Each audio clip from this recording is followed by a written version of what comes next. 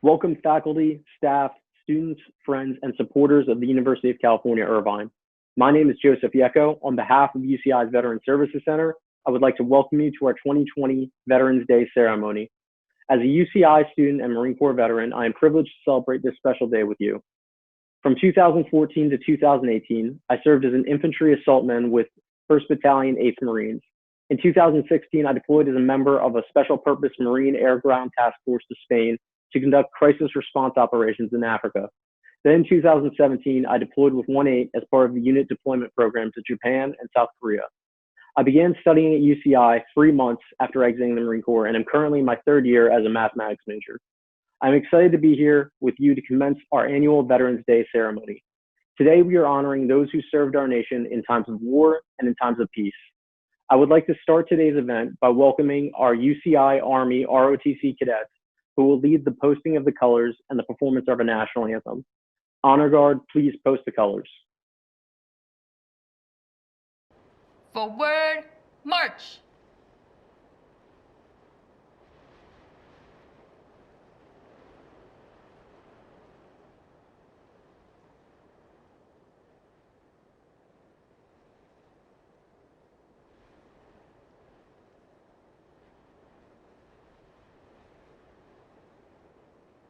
Left turn, march!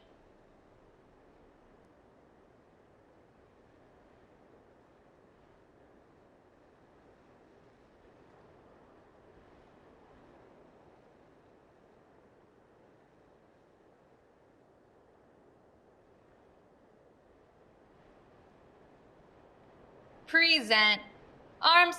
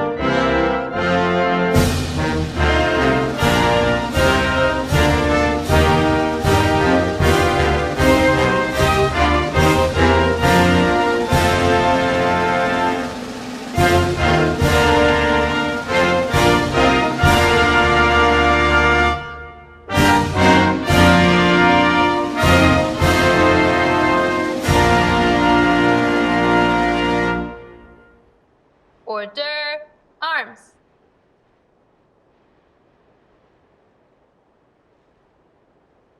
Right, face! Forward, march!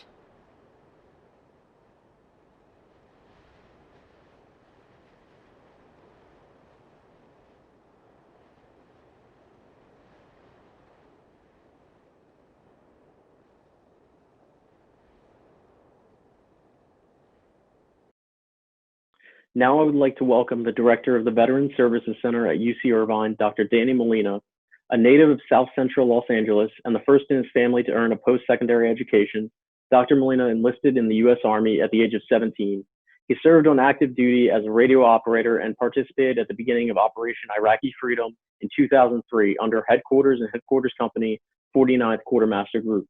He earned his BA in Latin American and Latino Studies from the University of California, Santa Cruz, graduating summa cum laude. He received his Master of Arts and Doctor of Philosophy degrees in Higher Education and Organizational Change from the University of California, Los Angeles. Please welcome Dr. Danny Molina. Thank you, Joseph, for your service to our nation and for your years of support to our fellow student veterans. Dear friends, we're honored to have so many of our UC Irvine students, campus leaders, and community supporters in attendance today. Before I begin, I'd like to take a moment to welcome our guests of honor for today's ceremony, Chancellor Gilman, Vice Chancellor Banks, and our keynote speaker, Major General Yeager. Thank you for joining us today. I'd also like to thank our administrators, staff, faculty, and alumni for tuning in to today's event. I want to begin by recognizing all UC Irvine students who have served our nation through military service.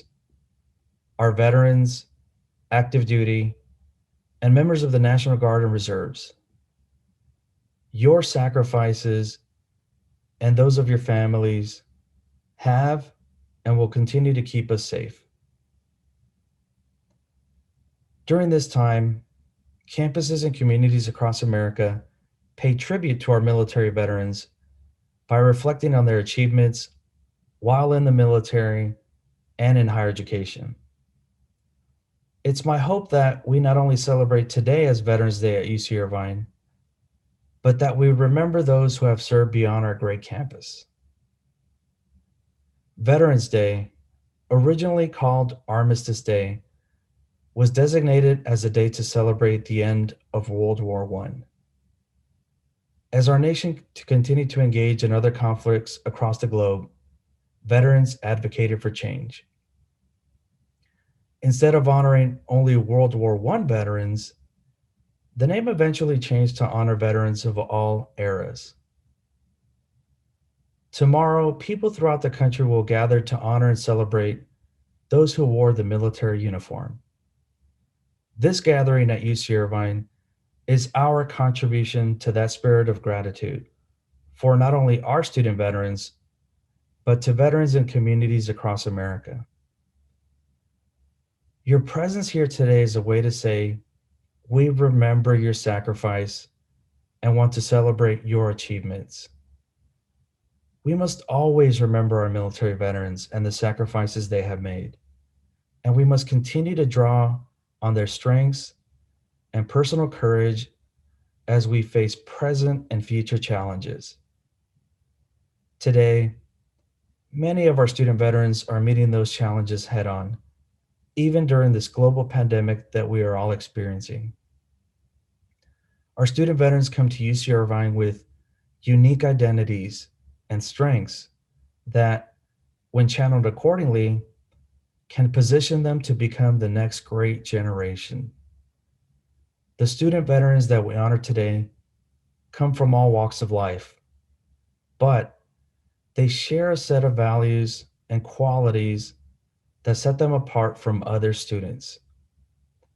Aside from their military service, they possess enormous personal courage, determination, pride, selfless service, and a dedication to their work. These are all qualities that one needs to serve a cause greater than one's own. To our student veterans, I encourage you to reach out to the Veterans Services Center. During these challenging times, we are here for you, to advocate for you, and to ensure that you have all the support and resources you need to achieve your educational goals. Our staff is comprised entirely of military-connected professionals.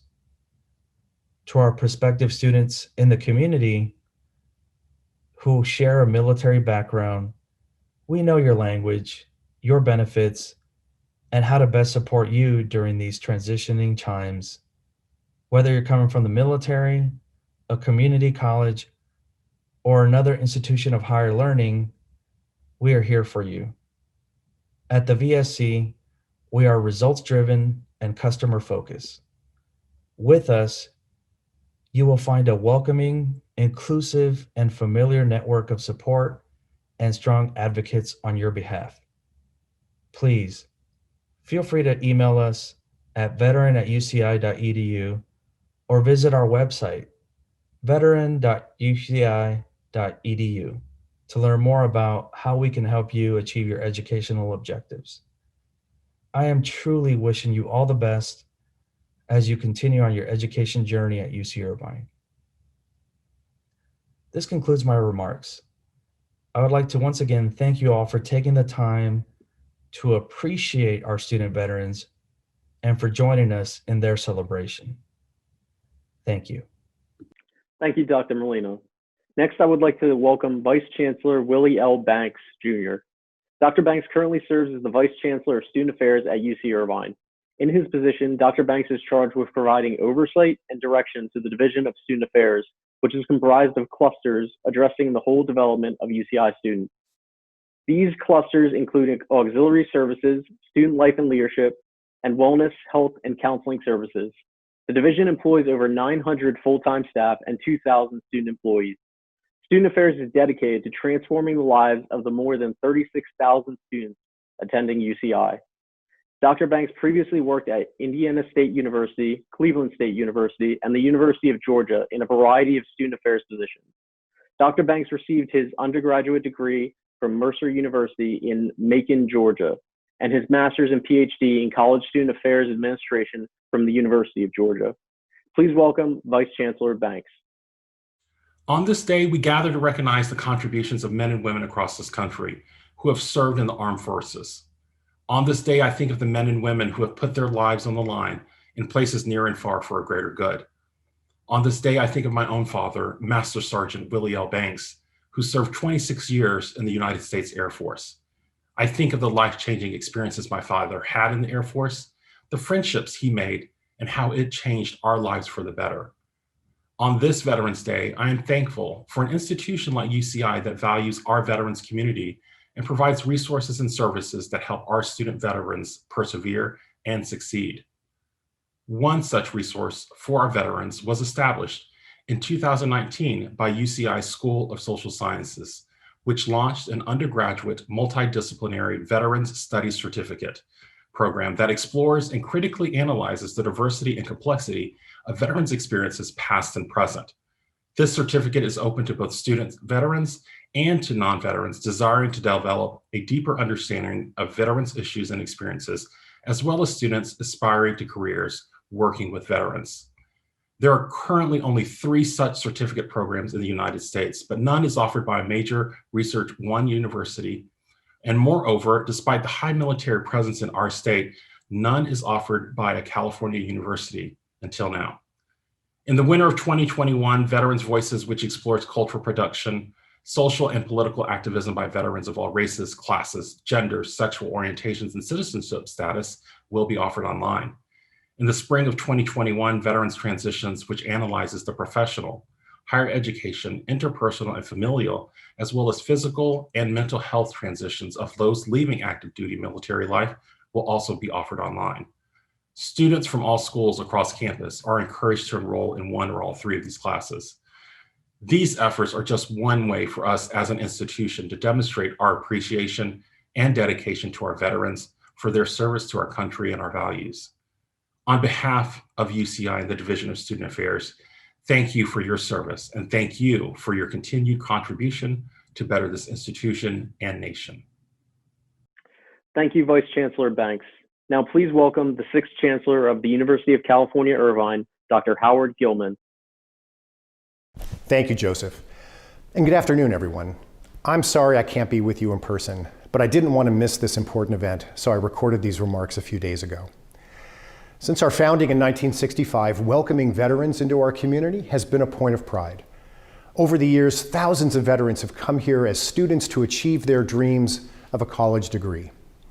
We are proud to have been the first university in the entire nation to provide guaranteed housing to our veteran students and their families, even during periods of deployment. To serve them better, in 2011, we opened the UCI Veterans Services Center, providing additional office and meeting space to help address our veteran students' academic and social needs. Also in 2011, UCI started offering veteran student scholarships to supplement the gap between federal veteran benefits funding and the actual cost of attendance. These actions, and all of the rest of our special veterans programs, have earned us a high ranking in U.S. News & World Report for the excellence of our veteran services. It's one of the honors and recognitions we are most proud of, and it would not occur without the extraordinary dedication and hard work of the professional and student staff of our Veterans Service Center.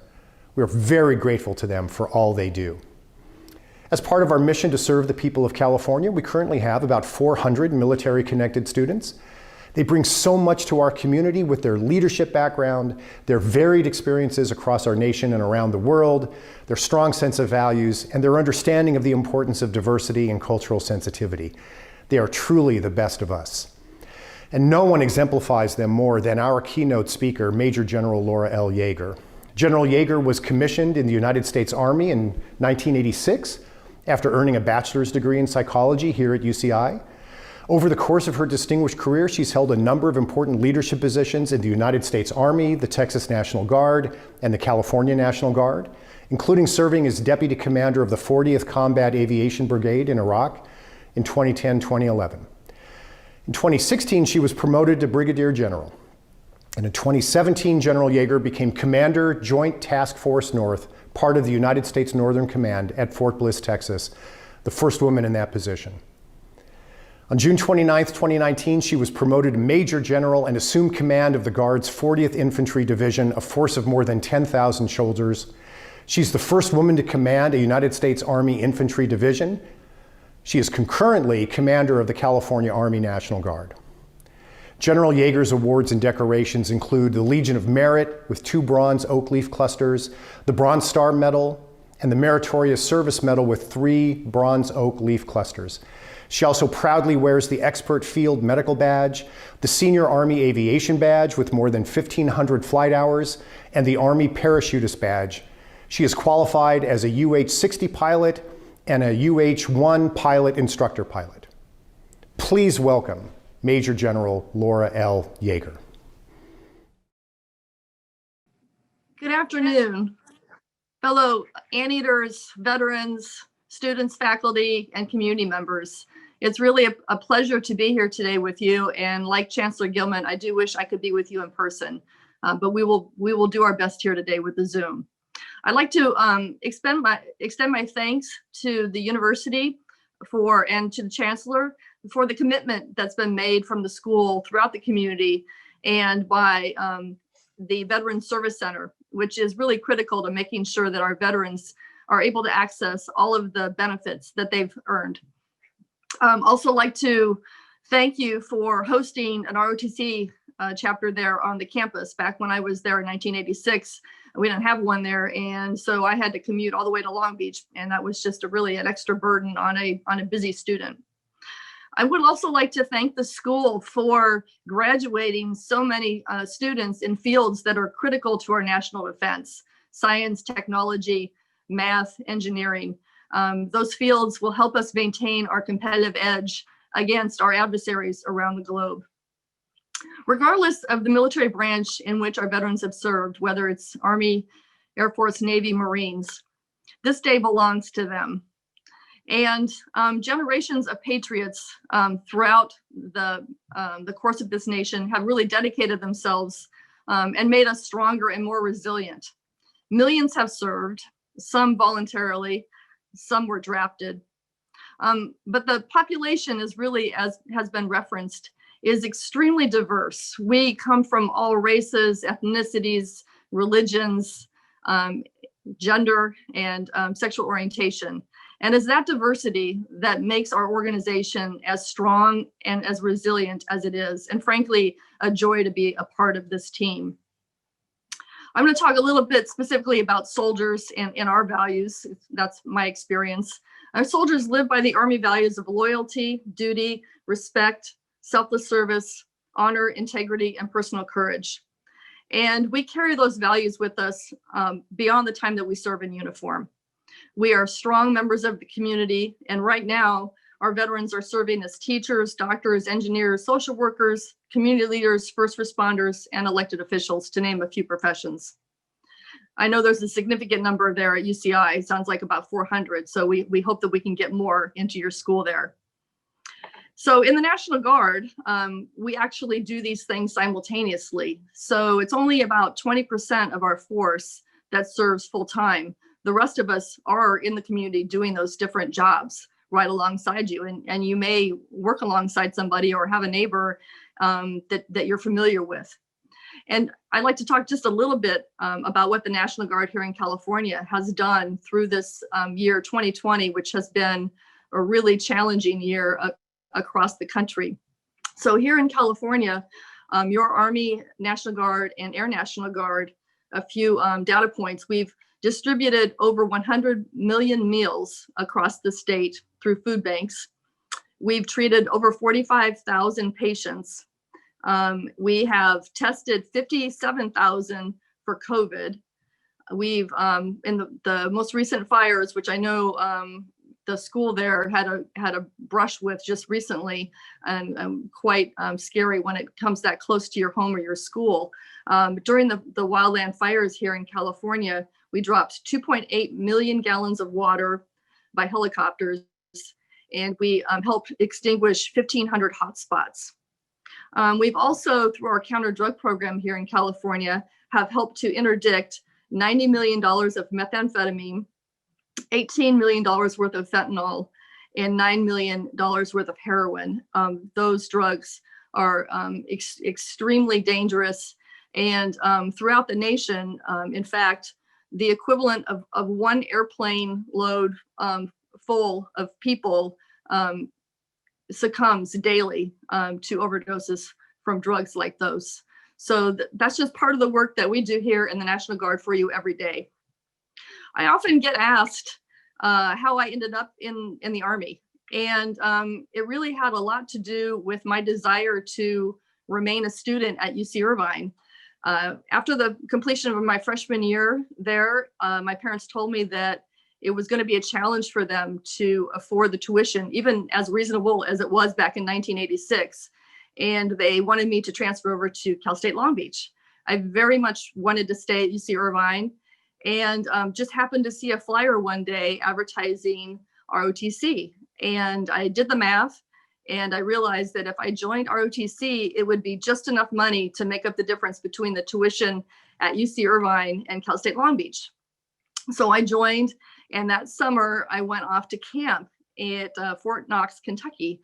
And I had just the most amazing time there. It might not be for everybody, but we were low crawling through sawdust and doing all kinds of obstacle courses. I learned to fire weapons, and I really enjoyed it. And it turned out at the end of the camp, I had competed for a scholarship, and I actually was awarded a 2-year scholarship. So that further helped to offset my expenses at the school there at UC Irvine.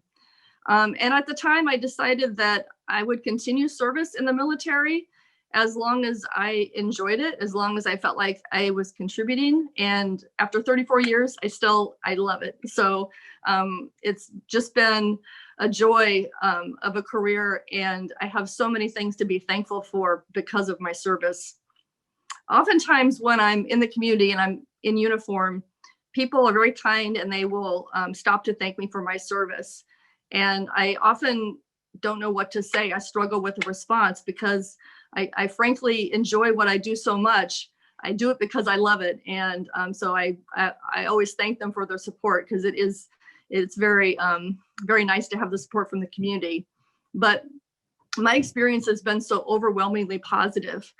And I think people assume that being a female in the military would have presented some barriers to my advancement, but clearly I'm doing okay. I would say that the organization is very much a standards-based organization, and the military is very clear with what they want you to do. And if you meet the standard or see the standard consistently, you will rise through the organization. So it's a very egalitarian organization to belong to.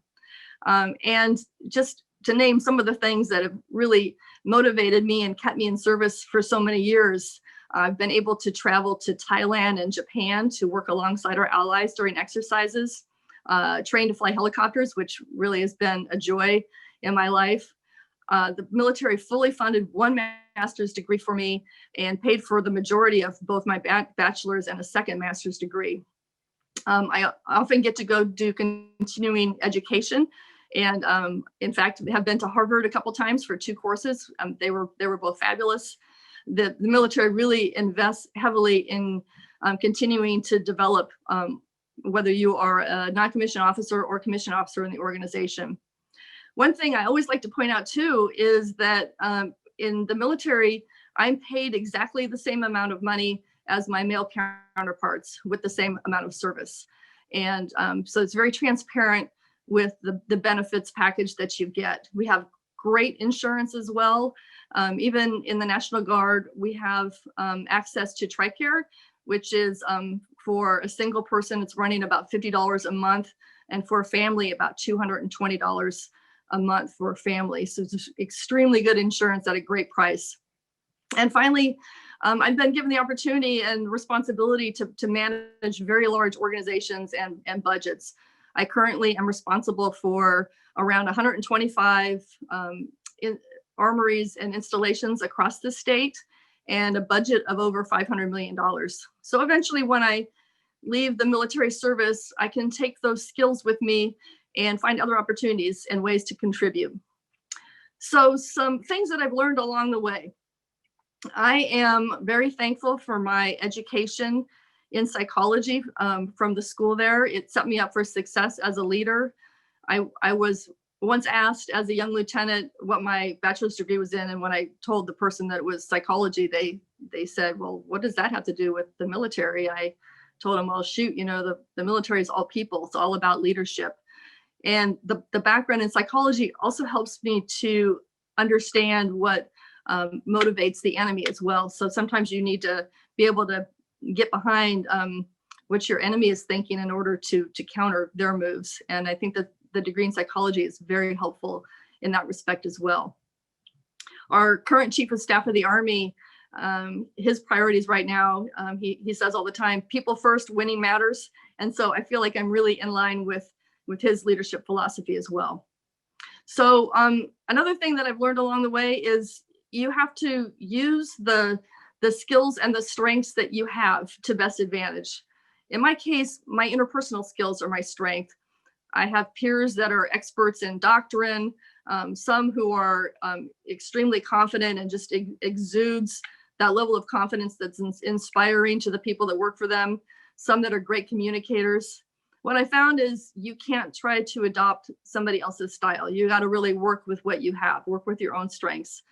But at the same time, you need to take a hard look at yourself and find those gaps in your performance and work on them. I am a lifelong learner, and I'm always looking for feedback from people on things that I need to improve on. So use what you got, I think is a priority. Another thing I think is really important is to love what you do. So you can't always do the thing you love, but I approach every day with optimism and joy. And it's my belief that no organization can thrive with a leader that doesn't lead with joy and optimism. So I think that is a hugely important factor. Now, I wouldn't say that my career has been all unicorns and pixie dust. There have been some downsides in my career. One downside, my husband and I, throughout our 32 years of marriage, have spent cumulatively about 7 years living in different cities. And that included a year-long deployment to Iraq. After that deployment, my youngest son, who's now 26, told me that that was the worst year of his life. And as a mother, that really kind of broke my heart. So because of that experience, I would ask, whenever you're able, to please acknowledge the sacrifices made by our family members. Right now, the military is currently all volunteer, so we serve because we like it, but we do kind of drag our families through some knotholes sometimes. And so they do pay a price. And if you can express thanks to them as well, that's greatly appreciated. Ironically, my son now serves himself in the military. He's a E4 in the United States Army Reserves. So it's become a little bit of a family business for us. Each year, we set aside Veterans Day to celebrate and pay tribute to Americans, veterans, for their devotion, patriotism, selfless service, and sacrifice on behalf of all of us. Our nation's veterans throughout our history have kept us free, and they returned home and continued to serve our nation in a multitude of ways. So today and tomorrow and this week, at events like this, we say thanks to them, but I would be remiss if I didn't have an ask for all of you that are attending the event today, or at least more than one is good too. So I would suggest that we could always do more. And here's my list of asks for you. I would ask that if you have an opportunity to support somebody that expresses an interest in serving, please do so. My own son actually approached a high school counselor and was interested at the time in applying to go to West Point. And that counselor discouraged him from that. And I found that concerning. I think that maybe sometimes people have a perception that those of us who serve in uniform might be susceptible to things like suicide, sexual assault, drug abuse. And it's true that we do experience those issues in our ranks, but largely because we're a reflection of the community that we come from.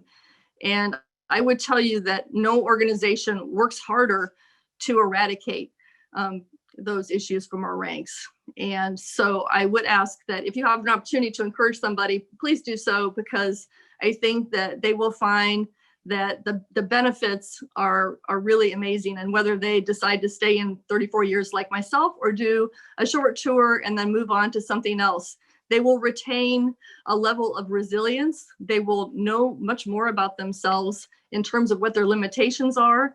And they will really enjoy being part of a diverse team like I have. So please do. I would ask if you are within the age that you could enlist in the military, that you consider serving yourself. So currently less than 1% of Americans serve in uniform, and it is increasingly becoming a family business. It tends to be also geographically located in certain places. So here in California, we have a very high number of people that serve in the military. There are places in the South as well that there's a high level of service.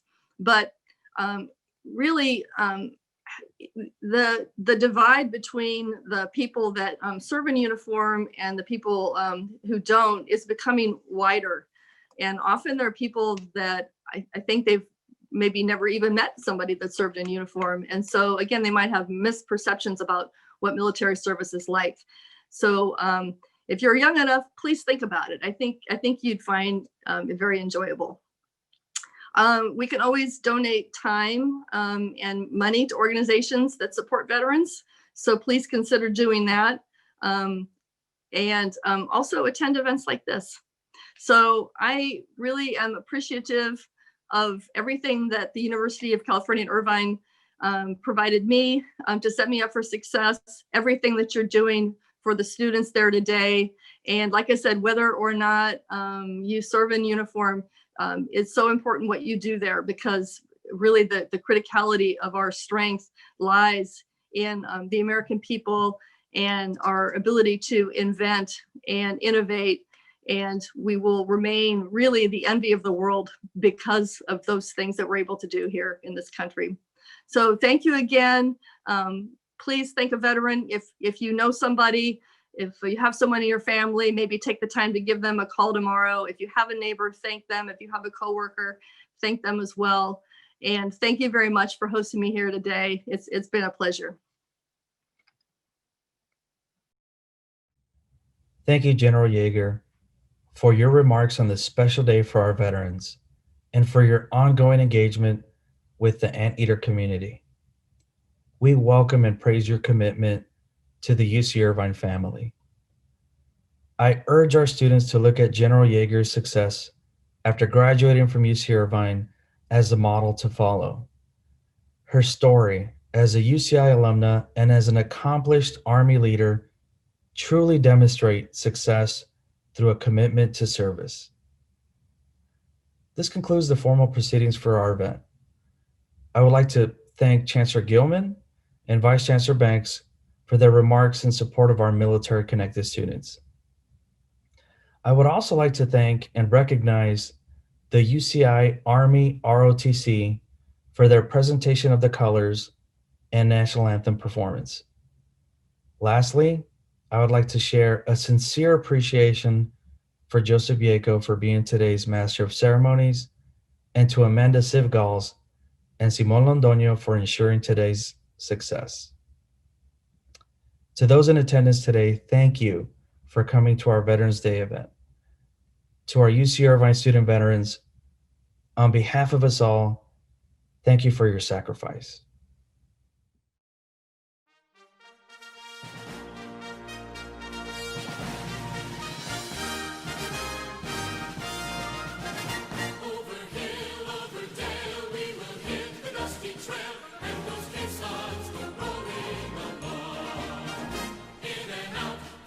Shout, counter marching all about.